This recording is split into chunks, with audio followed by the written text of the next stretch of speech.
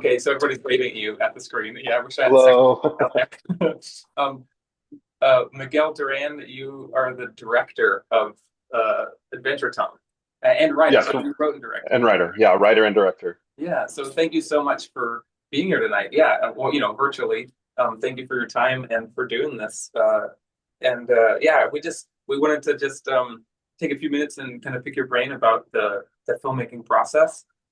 Yeah, And you did say you may have a producer, Atit Shah, joining us if he hops on at any minute. Like that'll be a fun pop in surprise. yeah. It'll be a fun surprise if he can make it. He was trying earlier, so I don't know. I don't know if he'll be able to, but it'll be a nice surprise if he does. Yeah, yeah, totally. So no worries if a third face just pops up on the screen here. Um, well, Miguel, yeah, let's get right into it. You made a road trip movie. This kind of very like I mean, like that's not unknown territory for like an indie film. There's all these great movies that I think actually Mhm. when your team emailed us, like, hey, talking about your movie, there's always comparisons to I don't know, Garden State or Away We Go, or like so. Mhm. But what was your like way back at the beginning of wanting to do a movie? You wrote it, and then you eventually go and make it. What was your whole big idea from the very get go of wanting to make a movie like this? Yeah, sure. So, first of all, thank you for having us, and thank you for everyone who's there. There are so many ways you can entertain yourself on a Saturday night, so I appreciate anyone who came out to watch our little movie. Always appreciated. So the movie kind of came to life, I think, really in two parts. So a long time ago, right after college, I took a road trip with a couple of friends, and we didn't have a lot of money, so we went through the middle of nowhere, America, and realized how beautiful it is, and had a great time. We hit up Devil's Tower, we went through Wyoming, went through Montana, South Dakota, we saw Mount Rushmore, and then back down, and then we went back down. But that's where the idea kind of started. Was just I really wanted to do a road trip movie that showcased a lot of the beauty of the country that really doesn't get seen very often. And then I kind of put the script on the back burner for a while, and then post pandemic, had someone who's interested in it and rewrote it kind of from that frame of mind after the pandemic, and like spending so much time on screens, doom scrolling, and making sure that my daughter didn't spend too much time on screens when she was going to Zoom school for a year, and kind of integrated that into some of the story ideas I had initially with this road trip story. And that's kind of where Adventure Tom ended up. I was gonna ask about that actually because there's it kind of sneaks up later in the story. There's almost a surprise. Well, I wrote down that like this surprise message about the dangers of too much on-screen life, or living through those social feeds. Kind of it comes up. Kind of Yeah. wait. No, that's not the start. That's not where the story starts, but it kind of comes up organically. And I was going to ask if that was always there as a thing you wanted to kind of talk about, or if something else was about the story drew you to the story, and then that kind of just naturally arose. But it sounds like it was there from the kind of the pandemic experience and having you said a daughter, right? Like Yeah. did experiencing life through screens, which Yep. is the opposite of experiencing life out, standing at the edge of the Grand Canyon, for instance. Like that's Yeah, exactly. clearly not the same experience of the two of like the 2D world versus the 3D world. So Yeah. that's so that was so it sounds like that was there from the beginning of at least of this screenplay. Hmm. Yeah. It was in bits, and I kind of expanded upon it when I Yeah. when I came to rewrite it. Yeah. Um, Man, and then it's really cool that your personal actual road trip journey, fed into this. You weren't just sitting in a writer's room writing, about a road trip. You had experienced something, and so for you, was this a Yeah. little bit of a like a kind of a personal, like memory, not like a memory yearbook type of thing, but yeah, it sounds like you went to some of the real places in your life first before these characters in this film went to these places like Devil's Tower. Hmm. So you were kind of revisiting your own memories uh, as you wrote it. That's really kind of fun. So, okay, Yeah. production question. Did you actually drive as much as they drive? The characters drive, this whole route. Making this movie, did you guys really kind of take that route and film at these? I mean, you went to all these places, obviously, but did you Yeah. drive as much as they drove in the story? We did actually. I think we ended up driving more because we kind of had to circle around a couple times, and we did eventually have to make our way all the way to Los Angeles. So we Oh, did for production. We spent our first week in Minneapolis doing all of the Minneapolis scenes. We also filmed some of the interiors for the movie in Minneapolis. So the bar scene we filmed in oh, Minneapolis, the hotel scenes we filmed in Minneapolis. And then we did hit the road from there from Minneapolis to Los Angeles was 10 days. I think we did maybe 2,400 miles in those 10 days. So we wow, actually did the road trip in real time man. with our two actors and a tiny crew of 13 people across four vehicles. We Oh did it. wow. Okay. So yeah, you guys really road tripped. And so Yeah. the vibes of road tripping in the story, I mean, that you could fake those, like, going on location and shooting, but they you didn't have to fake them in this case. You guys were really living the headphones and the playlists and the cruising in cars life, stopping at rest Yeah. stops for bathroom breaks. That's really kind of cool. And is that one reason why at the end credits you've got all these really charming crew photos of people, Yeah, like we mics? absolutely. We just wanted to show that we really did do the route, and that there is something very true about road trip magic. I mean, it's why I was interested in this story to begin it, but we definitely all felt it. It made I think a huge difference in the story and impacting Graham and Andrea's performance. And just everyone. There was definitely like there's just something special about going on the road and bonding the people that you're spending hours in the car with, seeing all these beautiful spots, and I'm really glad that we did. It was definitely a challenge, but I'm really glad that we did it that way. Yeah, that's really kind of unique with I guess the smaller the film, the more likely you can kind of make it that way. Almost, like a bigger production, you wouldn't be able to, bring 200, Yeah, people on a big journey like that. You would go out, shoot at the Grand Canyon, and then come back, and so yeah, man, scheduling wise, that's really unique to get to do it that way, which is kind of is that the magic and the coolness of making like kind of independent films like this, like you're not burdened by big infrastructure.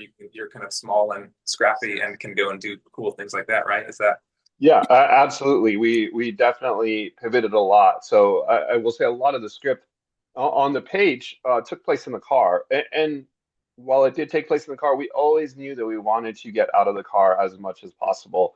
So my director of photography, Alex, and I, we did the trip in advance. We noted a couple places, like the timing between places, a couple cool options to stop, and as often as possible.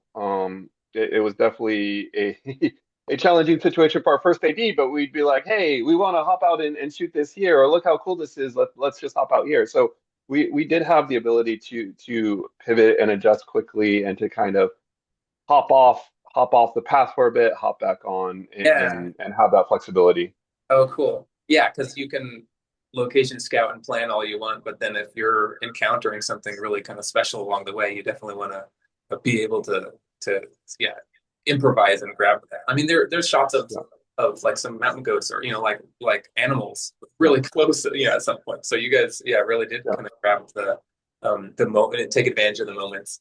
Um, yeah, absolutely. so I have a question about that. Like, just yeah, planning this stuff. You're obviously at some big national, monuments and national parks and locations that are recognizable.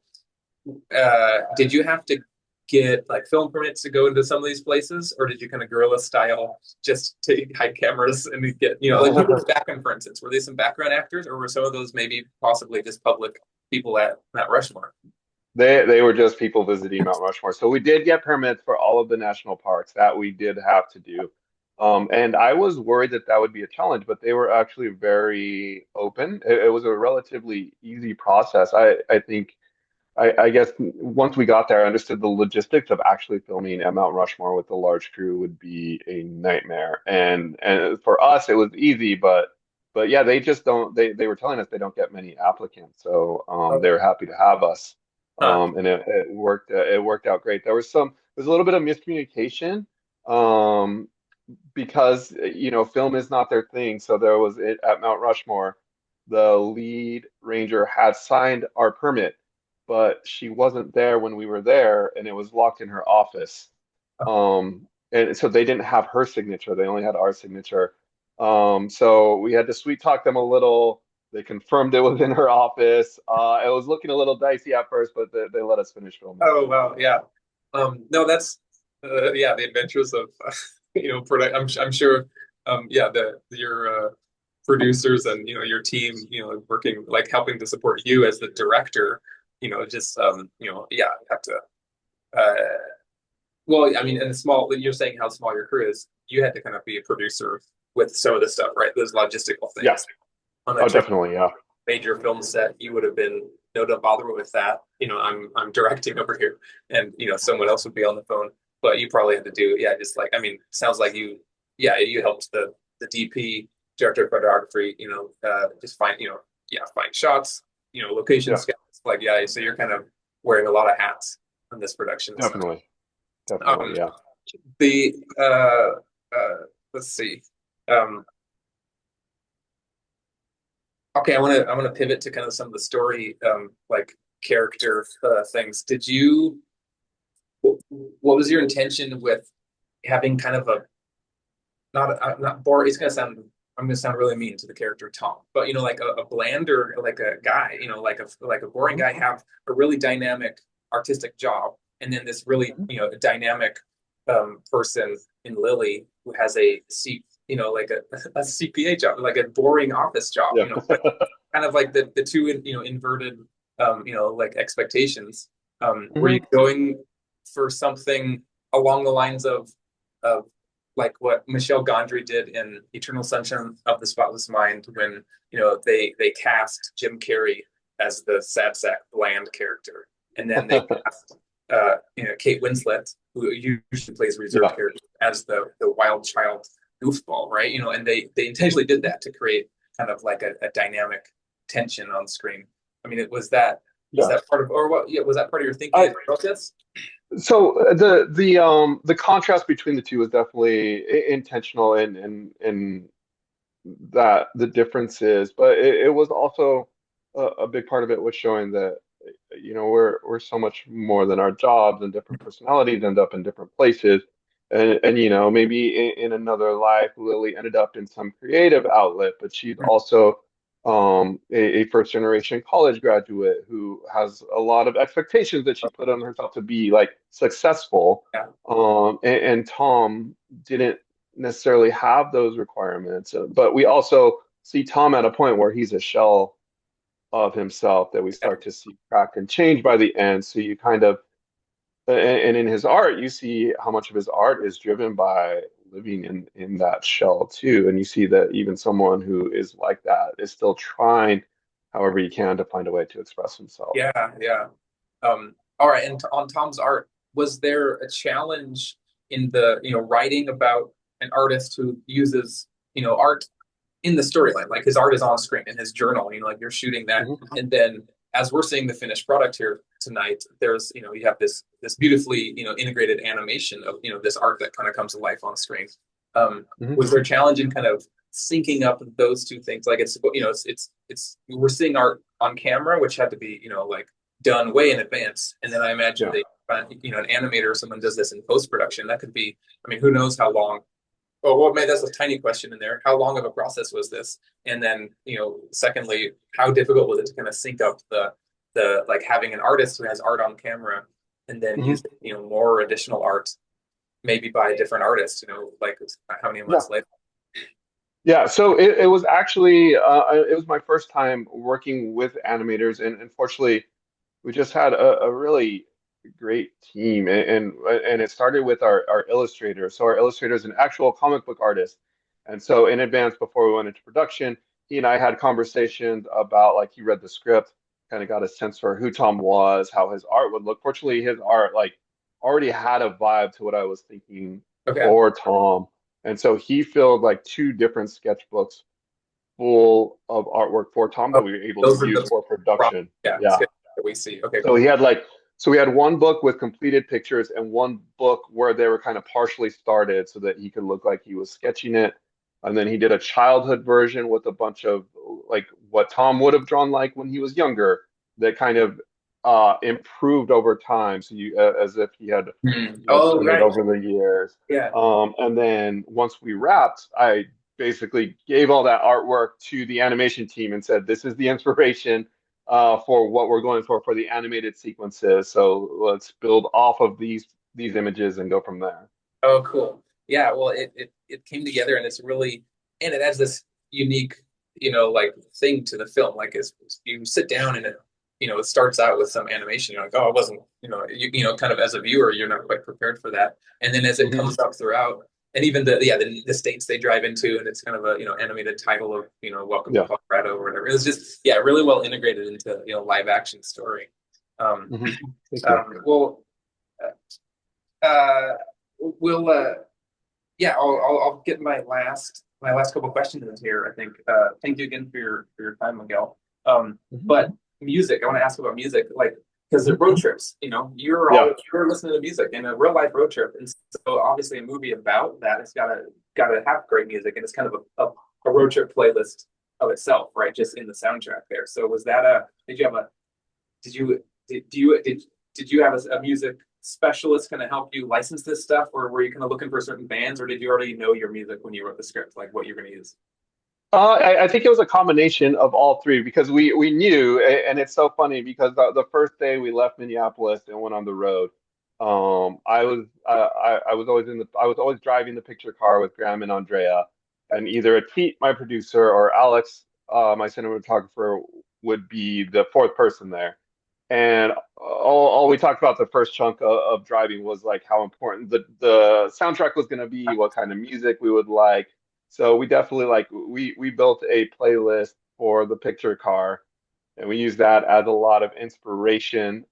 Jeremy, our editor, had some great choices when he put in temp tracks when we were making our cut, and we actually ended up using I think like three of the tracks from his temp track Okay. edit we were able to get, Yeah, and because then to reach out and ask and license and some yeah, after a lot of exactly. and So yeah, he did a great job of finding music that fit well, that was also with artists that we could actually, as a small movie, like realistically reach out to and be able to use. And then all of the other tracks, I think we had 13 tracks total in the movie. The other tracks, we have these awesome music supervisors who have a great relationship with a bunch of different up and coming indie oh, artists, and they did a great job of taking that temp track and saying, here are like three or four songs that we think fit what this was going for, and it was always like they just did such a great job of nailing kind of the feel that we had in place yeah, and being able to get those artists. yeah, because it was with the music kind of that perfect kind of like indie hipster vibe of Yeah, of soundtrack, and then also ultimately of just whole movie. yeah. All right, last question for you. This film's going. It's been at festivals. You guys have won some awards, right? And then so Mhm. tell me about that. And then what's next? What's your what's on the horizon? Sure. So we're winding down our festival run. We've kind of won a couple awards for acting, for best film. We were just at the Oakland Film Festival on Wednesday, and then I think our final festival is the Orange County Latino Film Festival next weekend. And so we've started doing this theatrical tour, where we're going to locations kind of along the same area that we did the road trip. So in 2 weeks, we're going to be Yeah, screening at some stops in Arizona. We're hoping to visit Colorado, and a couple other spots through this theatrical road tour. And then eventually we are going to have a Los Angeles premiere probably in November, and then a VOD release in November, probably late November. oh, cool. Will it be like streamable on like FilmRise or some of those apps that like just like we have access to, or hey, like Amazon Prime, or where will it be? Yeah, I mean, I'm sure it'll definitely be on Amazon Prime, Apple TV. We don't have the specific details to share yet on exactly where it'll launch, but yeah, it'll be on all at some point. It'll be on all the usual Oh, that's streaming awesome. platforms. Yeah. Well, congratulations. Yeah, congratulations on the all the award wins um Thank you. oh, I have one little. I'm gonna sneak in one last question. In Colorado, they're driving through Colorado and they're playing a game of Hangman. What? Yeah. It's I think I wrote it. It's like J space space space K space space space space, and then they missed with the letter W, and I'm like, what? So is there a Hangman clue in that? What was the word that they're? Oh my gosh. I don't even remember. We actually refilmed it as a pickup shot because the first one they did was so random that I was like, guys, this is too weird of a hangman answer. We need something more obvious. And now I don't even remember what the more Oh shoot! obvious one they ended All up right. doing was. Well, I'll keep working on it.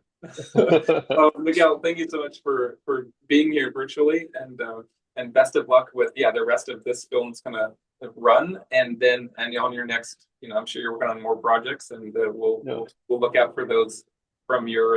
Yeah, are you going to continue writing and directing? Yeah, absolutely. I have a couple projects that we're hoping to get into production early next year. Awesome. Well, we'll keep an eye on your IMDb page and look for your next stuff because this was such a treat. Thank you. Look out for Awesome. being here and Awesome. have a good rest of your. I guess you're on the West Coast, so it's not as late. Yeah. Yeah. Best of luck for being here. Oh, thank you for having me. Thank you so much. All right. Bye. All right, bye.